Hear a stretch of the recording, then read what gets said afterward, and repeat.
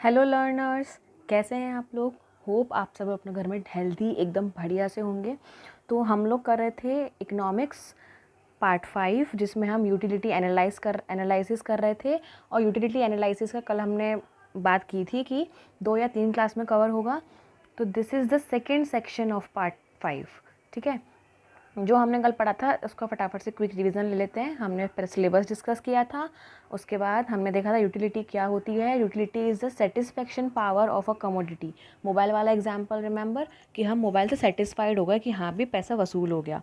अब वो बेनिफिशियल हो भी सकती है या नहीं भी हो सकती है, मे और मे नॉट। अल्कोहल वाला एग्जाम्पल, ठीक है। इसके अलावा हमने फीचर्स की बात की थी कि सब्जेक्टिव होती है, रिलेटिव होती है, मतलब कभी सेम नहीं रहती। सब्जेक्टिव मतलब सबके लिए अलग अलग होती है। एसेंशियली यूज़फुल होना ज़रूरी नहीं है। एथिकली न्यूट्रल रहती है, मतलब मोरली उसको नहीं देखा जाता। मेज़रेबल होती है, मेज़र कर सकते हैं। ये गुड्स के कंजम्पशन से रिलेटेड होती है, प्रोडक्शन से नहीं। और ये साइकोलॉजिकल कंसेप्ट है, फिजिकल नहीं। ठीक है। और हमने बात की थी कि 2 तरह से मेज़र करते हैं इसको, कार्डिनल और ऑर्डिनल। कार्डिनल को फेमस किया था प्रोफेसर मार्शल ने और दिया था बेनहम ने। और ऑर्डिनल को दिया था हिक्स ने। कार्डिनल में हम ये बोलते हैं कि हम इसको न्यूमेरिकल फॉर्म में मेज़र कर सकते हैं, जिसको हम यूटिल्स कहते हैं। जैसे वेट को किलोग्राम में या मिल्क या वाटर को लीटर में, वैसे ही हम जो यूटिलिटी है उसको यूटिल्स में जो है वो मेज़र कर सकते हैं। लेकिन ऑर्डिनल वाले बोलते थे कि नहीं, हम सिर्फ ऑर्डर दे सकते हैं, प्रायोरिटी दे सकते हैं कि ये फर्स्ट प्रायोरिटी है, सेकंड प्रायोरिटी है, थर्ड प्रायोरिटी है। ठीक है। अगर ये एग्जाम्पल को दोनों में हमने देखा था कि कार्डिनल में अगर मेज़र करेंगे तो हमें देखेंगे कि पिज़्ज़ा से हमें 60 यूटिलिटी मिल रही है और बर्गर से 40 यूटिल्स मिल रही है। लेकिन ऑर्डिनल में हम ये देखेंगे कि फर्स्ट प्रेफरेंस ये है एंड सेकंड प्रेफरेंस ये है। ठीक है, इतना हमने बात किया था। इसके डिफरेंस की बात कर चुके थे हम। कंज्यूमर इक्विलिब्रियम हमने पता चला था। इक्विलिब्रियम का मतलब क्या था, मैक्सिमम पॉइंट। और कंज्यूमर इक्विलिब्रियम का मतलब क्या था, point of maximum satisfaction. Consumer equilibrium को एनालाइज किया जाता है, क्यों किया जाता है, ताकि जो कंज्यूमर है उसको मैक्सिमम सेटिस्फेक्शन दिया जा सके, ताकि वो हमारी तरफ बना रहे, कस्टमर हमारा बना रहे। ठीक है, तो पहले हम कार्डिनली अप्रोच की बात कर रहे थे। इसमें हमने देखा था कि यूटिलिटी को 2 तरह से मेज़र किया जाता है, total utility and marginal utility. Marginal हमने डिस्कस किया था कि मार्जिनल क्या होती है, 1 यूनिट भरने पे टोटल में जो चेंज आ रहा है दैट इज़ मार्जिनल। और सारी मार्जिनल मिलाकर होती है टोटल। ठीक है, जैसे ये हमने एग्जांपल देखा था कि सपोज़ एक्स है, हम यहाँ पर चपाती ले लेते हैं, रोटियाँ ले लेते हैं। ठीक है, जो भी है। तो अगर हमने एक भी रोटी नहीं खाई तो ज़रा भी सेटिस्फेक्शन नहीं मिलेगा। सपोज़ बहुत ज़्यादा भूख लगी है, बहुत ज़्यादा, तो हमने रोटी नहीं खाई तो नो सेटिस्फेक्शन। हमने पहली रोटी खाई तो उससे हमें 8 यूटिलिटी मिल रही है, तो टोटल भी हो गया 8। फिर हमने दूसरी खाई तो उससे हमें 6 मिली और टोटल हो गया इन दोनों का मिला के 14। ठीक है, फिर हमने तीसरी यूनिट खाई, फिर हमें 5 यूटिलिटी मिली। मतलब तीसरी रोटी के आते आते भूख थोड़ी कम हो गई होगी ना, तो सेटिस्फेक्शन कम होता जाता है, सी। ठीक है, ऐसे ही 8 रोटियों पर हमारा जो सेटिस्फेक्शन है या जो यूटिलिटी है वो ख़त्म हो गई, मतलब पेट एकदम फुल। ठीक है, उसके बाद भी कोई ज़बरदस्ती खिलाएगा 9वीं रोटी तो हमें सेटिस्फेक्शन की जगह डिससेटिस्फेक्शन मिलना शुरू हो जाएगा। इसका मतलब है कि अब उस रोटी की हमारे लिए कोई भी वैल्यू नहीं है, उससे हमें कोई भी सेटिस्फेक्शन नहीं मिलेगा। ठीक है, तो इतना हम कल डिस्कस कर चुके थे, टोटल यूटिलिटी, मार्जिनल यूटिलिटी।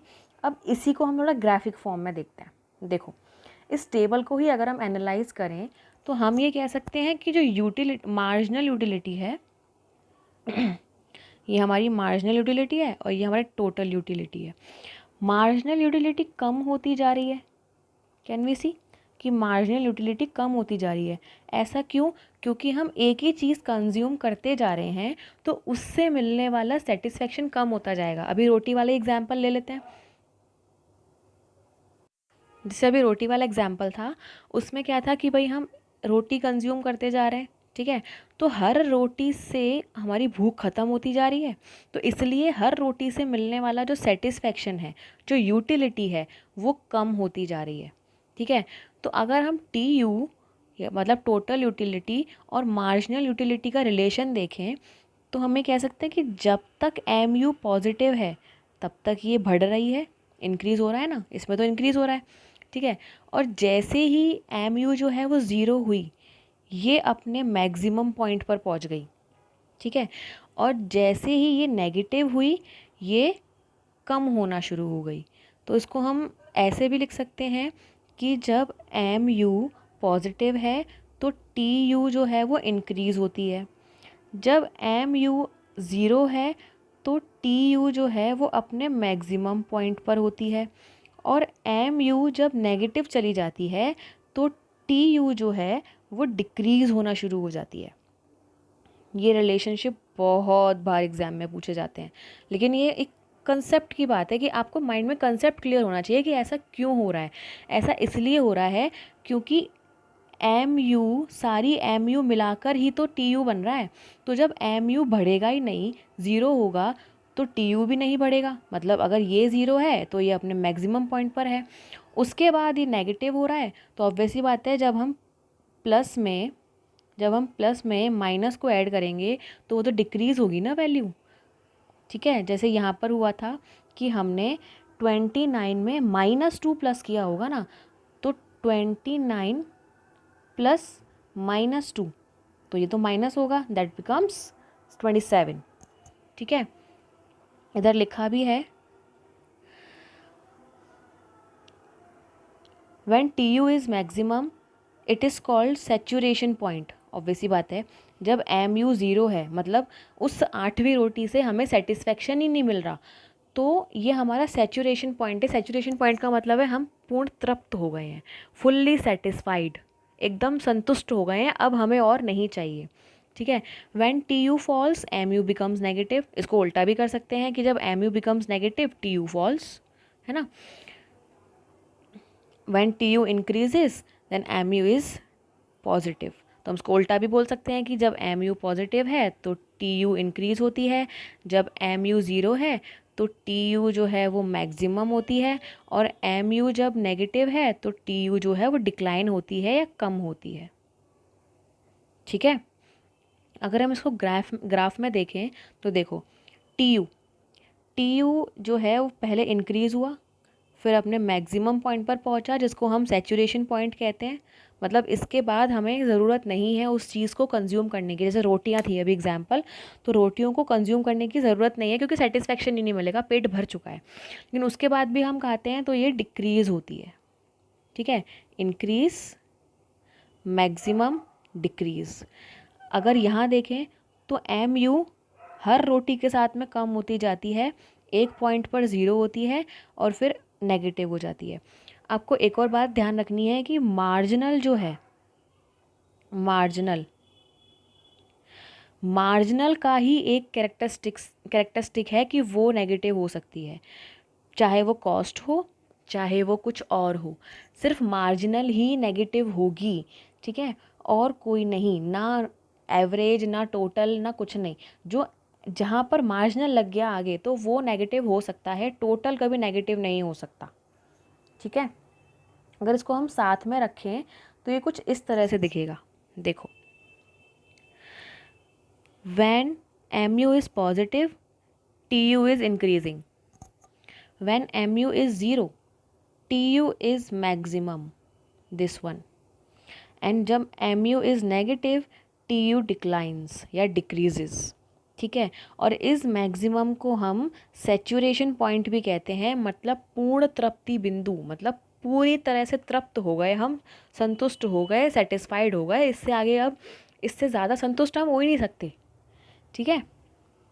तो ये हमारा टी यू था जो बढ़कर फिर मैक्सिमम होकर फिर डिक्रीज़ हो रहा था, ये हमारा एम यू था जो लगातार डिक्रीज़ हो रहा था, और इसको हमने जब मिला दिया तो ये इस तरह का बनेगा कि ये ओके, ठीक है।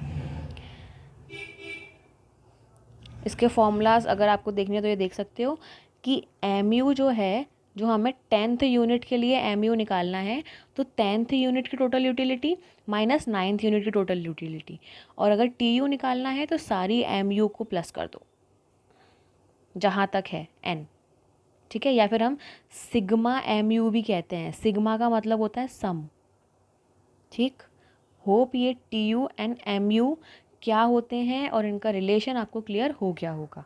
ठीक है, आगे बढ़ते हैं।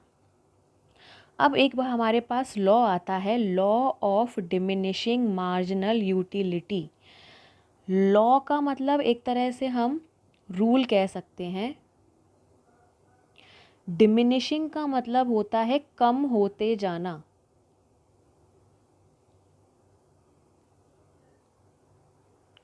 लॉ मतलब रूल, डिमिनिशिंग का मतलब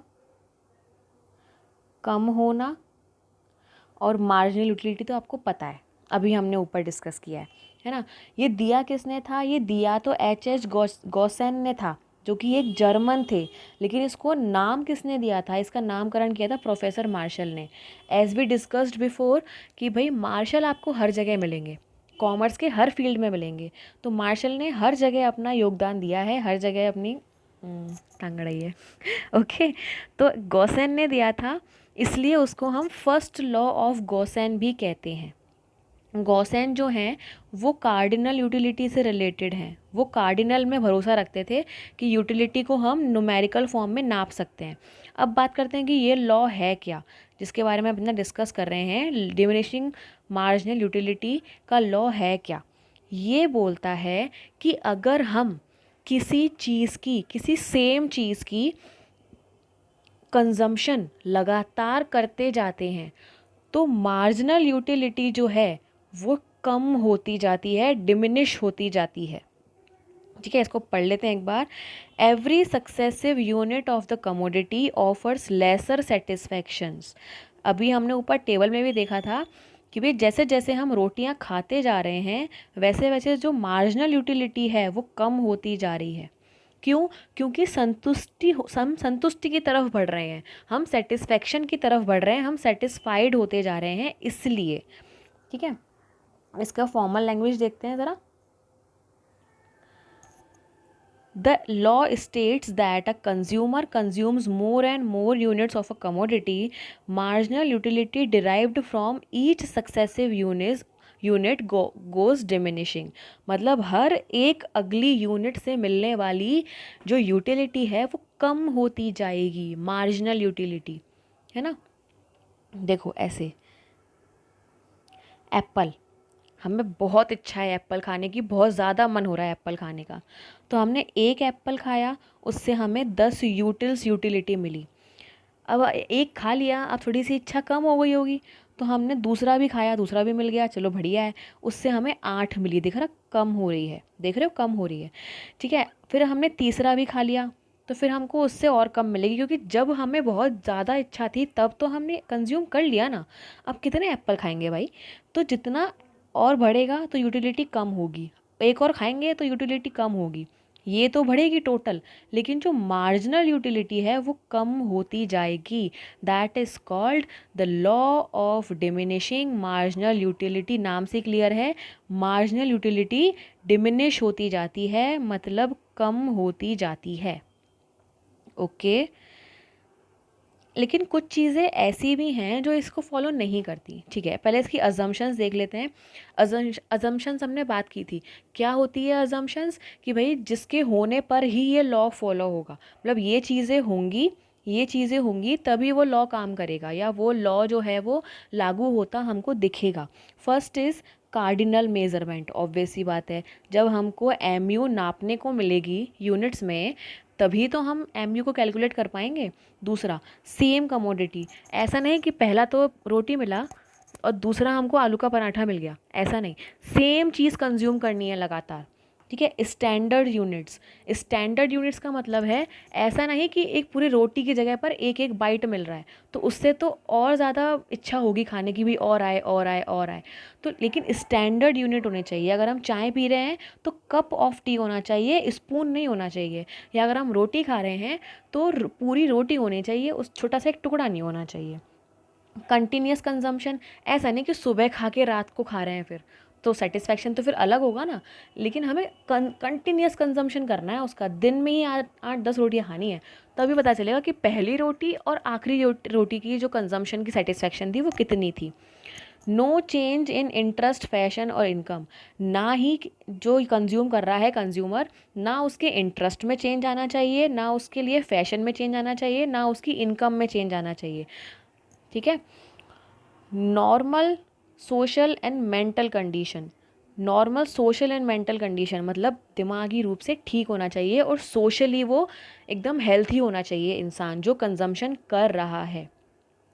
तो अगर ये चीज़ें हैं तभी law of diminishing marginal utility जो है वो काम करेगा। ठीक है।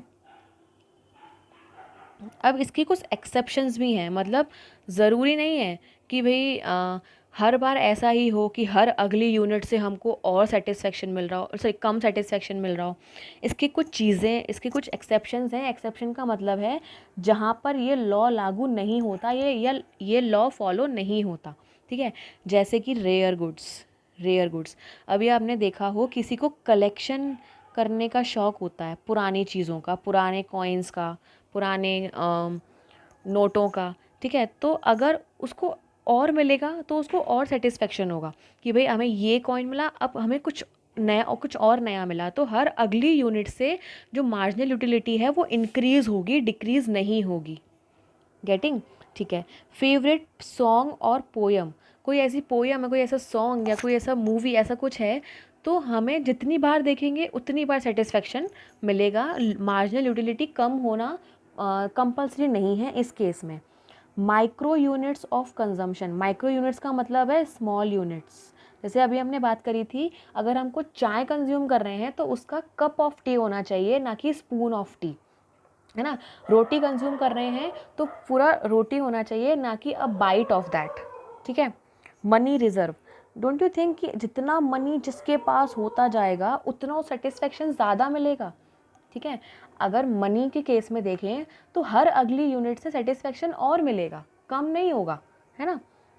पावर रिजर्व, पावर रिजर्व का मतलब है सपोज़ आज आपके यहाँ कोई किसी पार्टी का जो है वो कार्य करता है। ठीक है। जो बॉयज़ मोस्टली होते हैं वो काम करते हैं, उसके बाद वो है ना एमएलए पार्षद बन गए, उसके बाद एमएलए बने, फिर एमपी बने। तो उसको ये नहीं मिलेगा कि भाई उसके पास पावर इंक्रीज़ हो रहा है ना, पावर बढ़ रहा है ना। तो पावर के ऊपर भी ये केस लागू नहीं होता कि भाई हर अगली यूनिट के साथ में जो सेटिस्फेक्शन है या जो यूटिलिटी है वो कम होगी, बल्कि बढ़ेगी, है ना, बल्कि बढ़ेगी। लग्जरियस आइटम्स या लग्जरियस गुड, जैसे लग्जरियस कार्स होती हैं। ठीक है। कार्स होती हैं और वॉचेस होती हैं, मोबाइल्स तो नहीं, लेकिन वॉचेस किसी को कलेक्शन करने का शौक़ होता है, ड्रेसेस होती हैं। तो लग्जरियस चीज़ें जो होती हैं उनमें भी ये केस लागू नहीं होता कि भाई मार्जिनल यूटिलिटी कम होती जाएगी, हर केस में यूटिलिटी बढ़ेगी। हर अगली लग्जरियस कार हम खरीदेंगे तो हर अगली कार से सेटिस्फेक्शन ज़्यादा होगा कि भाई wow new model we have, new model we have, है ना। नेक्स्ट आती है इंटॉक्सिकेंट गुड्स, इसको हम हिंदी में बोलते हैं मादक वस्तुएं, जैसे अल्कोहल हो गया या ड्रग्स हो गया। तो ये ऐसी चीज़ें हैं जिसकी हर अगली यूनिट के साथ में सेटिस्फेक्शन बढ़ता है। और हमने एक और चीज़ बात करी थी कि मेंटल कंडीशन जो है वो स्टेबल होनी चाहिए, और इन चीज़ों को कंज्यूम करने के बाद मेंटल कंडीशन स्टेबल नहीं रहती, इसलिए इन केसेस में भी ये लॉ लागू नहीं होता। ठीक है। बाकी आती है प्रेस्टीजियस गुड्स, जैसे गोल्ड, डायमंड। प्रेस्टीजियस का मतलब होता है बहुत ज़्यादा वैल्यूएबल होना। ठीक है। बहुत ज़्यादा वैल्यूएबल चीज़ें जो होती हैं वहाँ पर भी ये लॉ जो है वो फॉलो नहीं होता। ठीक है। तो अभी तक हमने पढ़ा कि total utility and marginal utility क्या होता है, इनके बीच में क्या रिलेशन होता है कि भाई जब ये इंक्रीज़ हो रही है तो ये पॉजिटिव है, जब ये ज़ीरो है तो ये मैक्सिमम है, और जब ये नेगेटिव है तो ये डिक्रीज़ हो रही है। ग्राफिकल वे देखा इसका। ठीक है। और law of diminishing marginal utility जो दिया तो था गॉसेन ने, लेकिन इसको नाम दिया था प्रोफेसर मार्शल ने। इसको हम फर्स्ट लॉ ऑफ गॉसेन भी कहते हैं। और ये बोलता क्या है कि जैसे जैसे हम किसी चीज़ की यूनिट्स कंज्यूम करते जाते हैं, वैसे वैसे उसकी मार्जिनल यूटिलिटी जो है वो डिक्रीज़ होती जाती है, घटती जाती है।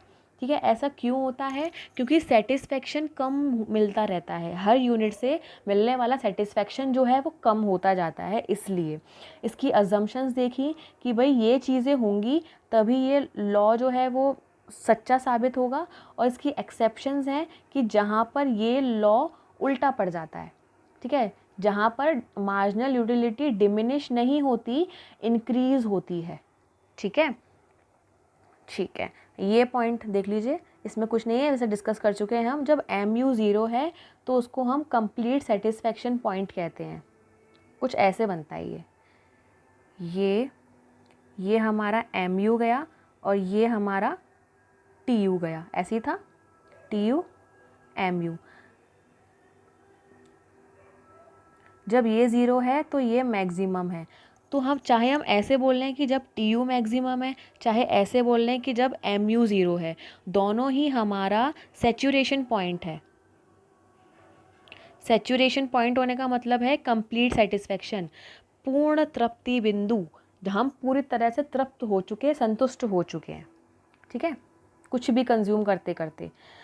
Okay, so this was all for today. तो हमारी 2 क्लासेस हो चुकी हैं यूटिलिटी एनालिसिस पर।